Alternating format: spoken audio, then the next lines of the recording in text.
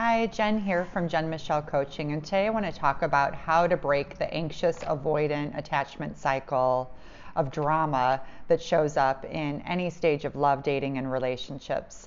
For those of you new to my channel, I would love to invite you to subscribe. I release a video Sundays of each week. So this is such a common pattern and a question that I receive from women all the time. How do I break this cycle? Once we recognize that that's what it is and we've identified it correctly as what we're being, triggered by and what we're essentially caught in. And this by no means is easy work, really recognizing and showing up to our insecure attachments and meeting them head on to show up in a very intentional, healthy, and deliberate way. So let's get started and diving a little bit deeper in ways you can start looking a little bit differently at this. Number one, recognize and start taking ownership of your attachment patterns and your unhealthy coping mechanisms.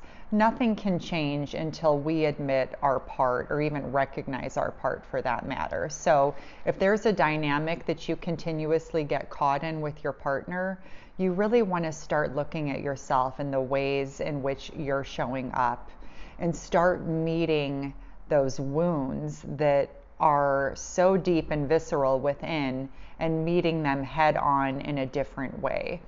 The definition of an insanity, of course, is doing the same thing over and over again. So we have to be willing first to look at ourselves and the way we're showing up and notice, what are we creating from those choices? Are we moving closer to love and connection and growth, or are we moving further away from it and regressing into the little girl who is helpless and doesn't know how to get her needs met? And so we want to start to look at our coping mechanisms and perhaps even writing them down, because afterwards we can see things with perspective. So if we've had something regrettable occur, being able to reflect upon it and really look at the ways in which we showed up, because of course the only person we have control over is ourselves.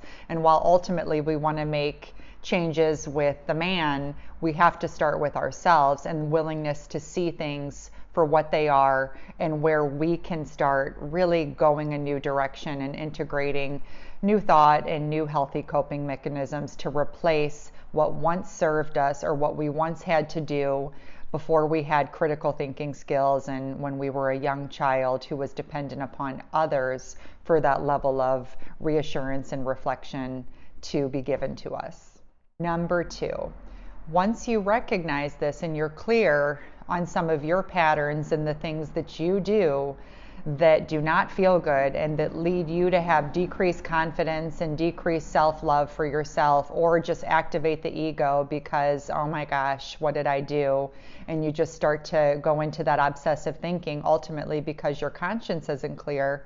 What you want to start to do next is commit to going a different direction, really looking at your behavior patterns and start to notice and think about where you can show up differently. Does it invite you to bite your tongue? Does it invite you to breathe through something in the moment? Does it, invite you to say, hey, I am all charged up, and if I get into this now, it's going to lead into a big argument, so I'm going to step away for a bit. Where do you need to start making some real shifts and changes so you don't get caught in that same pattern that leads to that dramatic emotional release that ultimately leads to that hangover and crash afterwards when you have that clarity sink in. So this is a really key component to pay attention to, because with a high quality man who has avoidant tendencies, when you start to really show up for yourself, what you're doing is you're energetically inviting him to show up in a different way for himself, because subconsciously a person who's insightful enough will see, okay, she is doing things differently. This is not easy.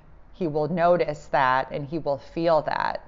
It will inspire him to rise to the occasion and deal with his stuff too. But ultimately, you're really doing this for yourself, because you were choosing love, you were choosing wholeness, you were choosing abundance, and you were choosing to really connect to that secure attachment that's inside of you. And so let this sort of be the change you want to see by really taking control of yourself in this way and noticing where you can be more self-accountable, and just notice then the level of confidence and self-love that you grow as a result of taking the high road versus being pulled into the mud and having that hangover as a result. Number 3, don't abandon your inner child in this way, because part of this healing of the anxious avoidant dynamic is we have that little part of us, that 3 to 5-year-old inside of us, who is so scared of being abandoned. Yet when those big emotions hit, we immediately abandon ourselves and we start looking externally for that void to be filled. And so part of the inner child work is being able to connect within and say, what am I needing to create that safety and that security within, so I am not just abandoning that part of myself, or I'm not talking to her in a harsh, critical, cruel way where I don't hold space for what ultimately needs to be felt and to be released. So when we really notice those big emotions come, it really is a beautiful opportunity to turn inward, to experience the depth of that pain in spurts. You want to give yourself breaks if it feels overwhelming, but to really surrender to it where you're actually allowing yourself to feel it instead of constantly running from it and hoping someone else or hoping the man will resolve that within you. Because if we're not even willing to face the depth of those emotions within ourselves, how can we really ask a man to give that to us? And so it is really about loving and meeting ourselves right where we are and holding space to feel what's been repressed and suppressed for so many years inside of us. Part of you that is just begging to be seen, heard, and more understood. And the more we intimately get to know ourselves and the more resiliency we can build in being able to handle a lot of different, spectrum of emotion, the more we're able to show up and let that secure attachment that's innate within us take the lead. That becomes the new default, because we've created that safety within and we formed that bond again with that little girl inside of us, that emotional part of ourselves where she knows that we've got her back and that we can handle what comes our way, regardless of what's happening in the external world or what's happening with the man. We start to let that wholeness really take the lead because we're anchored into something so much deeper than putting our expectations on needing others to do something a certain way for us to be okay. It's about really giving that love to that deeper part of ourselves. Last tip I want to share with this is ask yourself, what would the secure me do?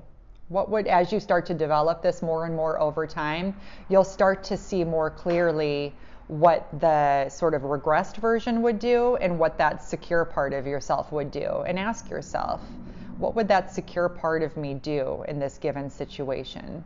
And hold yourself accountable to it and grow this beautiful muscle. So over time, you'll be there.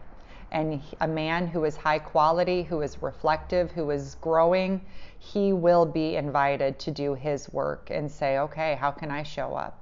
And it becomes a really beautiful dance of healing each other's wounds so you can meet each other halfway. And the anxious person may still need a higher level of reassurance, and the avoidant still may need a little higher level of space, but that communication and that trust will be built so it doesn't lead to that cycle of drama, so you actually can feel safe giving each other what you both need in these sorts of situations when conflict or when triggers arise. So I hope this is so helpful to you. If this is a dynamic that's familiar or that you've dealt with in your life, please go to my site, jenmichellecoaching.com. I have all kinds of different resources and tools. I also have digital programs that you can download. My Create a Forever Bond is specific to healing attachment issues. So I invite you to check that out. Have a beautiful day, and I'll talk with you all next week.